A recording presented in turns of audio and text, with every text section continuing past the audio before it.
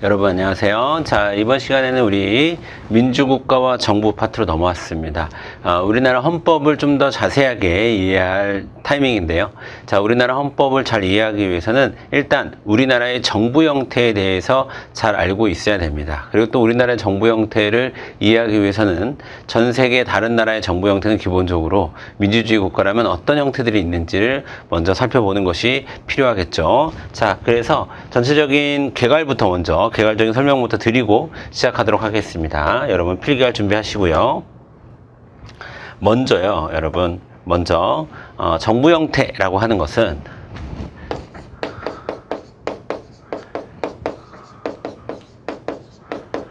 행정부의 형태를 얘기하는 거죠. 그죠? 행정부의 형태가 어떠냐를 얘기하는 건데, 크게는 이렇게 두 가지로 구분할 수 있습니다.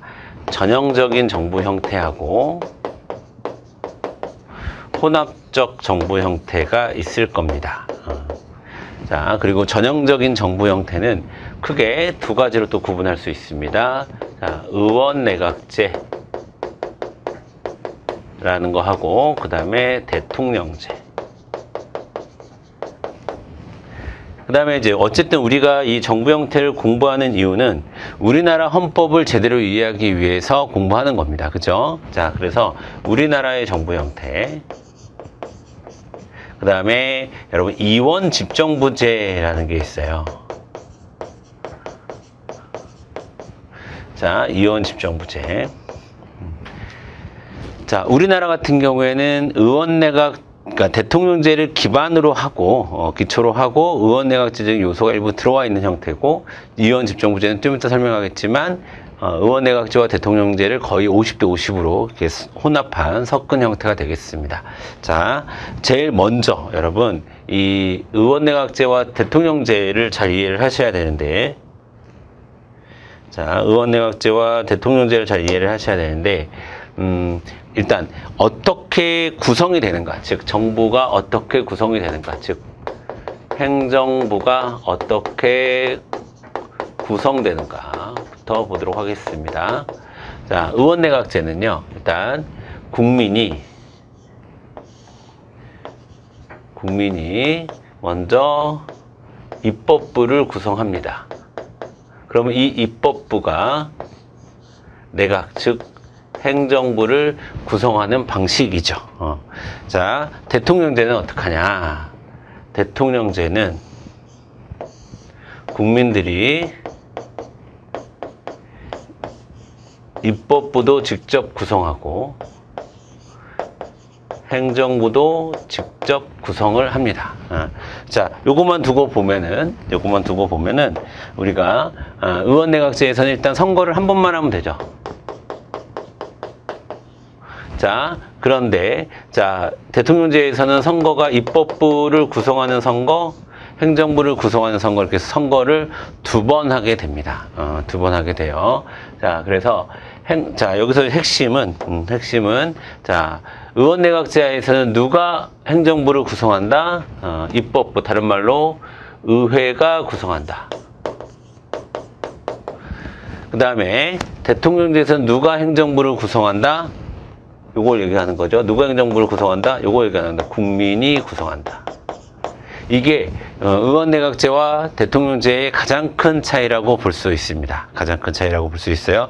이로 인해서 모든 것들이 다 차이가 발생합니다.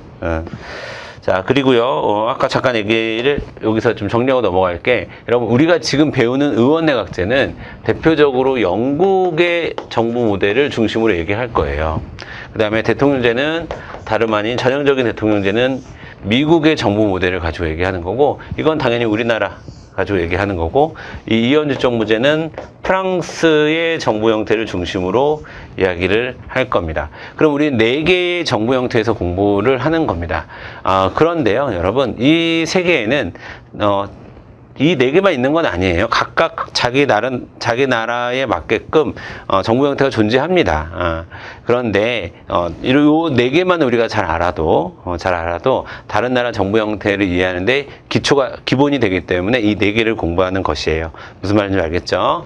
자, 이 네 나라의 정부 형태를 공부하는데 일단 전형적인 의원내각제로는 영국, 전형적인 대통령제로서는 미국을 공부하는데 가장 큰 차이는 행정부를 어떻게 구성할 것이냐라는 것의 문제입니다. 그리고 두 번째 문제는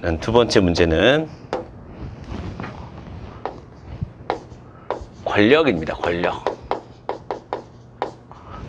자, 권력이 어떻게 구성되어 있느냐의 문제입니다. 자, 똑같은 의미인데 이제 표현 방식이 약간 좀 차이가 날 뿐이에요. 그러니까 예를 들어서 지금 제가 행정부 구성을 의회가 한다고 그랬잖아요. 그러면 정부는 의회에 대해서 책임을 지는 겁니다. 자기를 뽑아준 사람에게 책임을 지는 거예요. 그러면 대통령제에서 행정부는 의회에 책임을 질까요? 국민에게 책임을 질까요? 그렇죠. 국민이 뽑아줬으니까 국민에게 책임을 지는 거예요. 아시겠죠? 그렇게 여러분이 이해를 하시면 되겠고, 그 다음에 권력은 의원내각제에서는 권력 융합의 형태를 보이고, 그 다음에 대통령제에서는 철저하게 분립의 형태를 보입니다. 자, 그러면 여기서 이 권력은 뭐와 뭐의 관계를 얘기하는 겁니까? 그쵸. 입법부와 행정부의 관계를 얘기하는 겁니다. 의원내각제에서는 입법부가 행정부를 직접 구성하기 때문에 입법부와 행정부는 거의 한 몸이라고 볼 수가 있습니다. 즉 융합적인 관계다라고 볼 수가 있는 거고요. 자, 대통령제 국가에서는 입법부는 입법부 나름대로 총선을 통해서 뭐 1당과 2당이 결정이 될 것이고, 그 다음에 대통령 선거를 통해서 대통령을 또 따로 뽑는 거기 때문에 이때 행정부와 입법부는 분립적인 관계가 되는 거예요. 이해되시죠? 그다음에 세 번째로 이론적 토대 정도만 더 보도록 하겠습니다. 자, 이론적 토대가 그렇죠. 이론적 토대가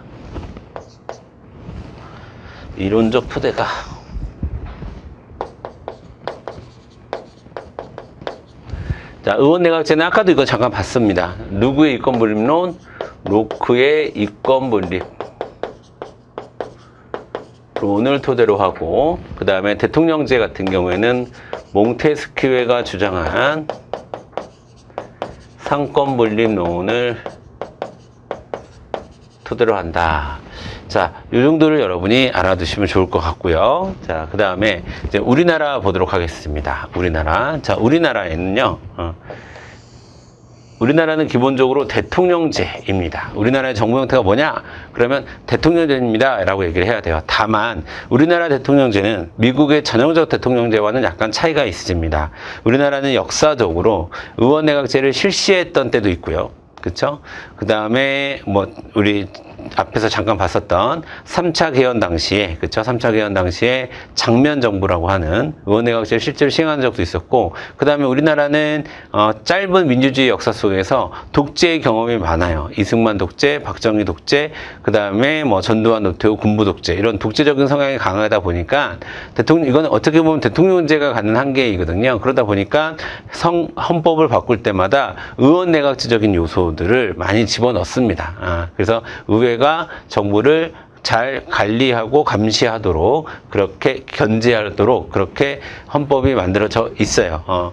자, 그런데 여기에 그러다 보니까 의원내각적인 요소들이 이렇게 들어와 있는 형태가 되겠습니다.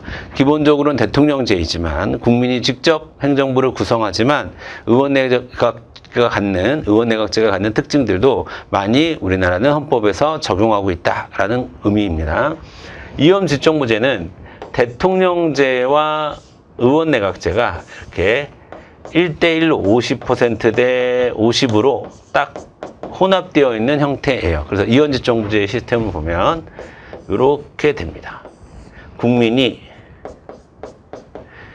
입법부도 구성하고, 그 다음에 입법부가 구성하는 행정부가 하나 있고요. 자, 그 다음에 국민이 또 직접 뽑는 행정부가 또 하나 있습니다. 그래서 여러분, 이 행정부가 없다라고 하면 이거는 뭡니까? 의원내각제랑 똑같죠. 근데 또 요거가 없다라고 보면은 이건 대통령제랑 똑같죠. 그래서 의원내각제적인 기본적인 요소와 대통령적인 요소가 이제 포함된 것이다 라고 보시면 되겠습니다. 아시겠죠? 자, 제가 그림으로 다시 한번 보여드릴게요, 여러분. 자, 만약에 국민들이 이렇게 있는데 만약에 요러면 욕이 없다 라고 하면 뭐예요, 여러분? 의원내각제죠. 근데 욕이 없다 라고 하면 이거 뭡니까? 대통령제죠. 요거를 그대로 섞은 거예요. 그대로 섞어서 자, 국민이 직접 뽑는 대통령제라는 행정부도 있고 그 다음에 의회에서 구성한 총리나 수상이라는 행정부도 있는 겁니다. 그래서 이게 둘 다 있는, 요 두 개가 둘 다 있는 거예요. 권력의 출처가.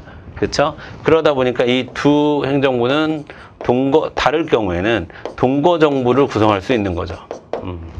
이게 이원 집정부제가 되겠습니다. 자, 그러면 이 네 가지에 대한 중요한 설명은 제가 드렸고, 핵심적인 설명은 드렸고, 자, 이제 내용을 본문을 보면서 하나하나 살펴보도록 하겠습니다. 되셨죠, 여러분?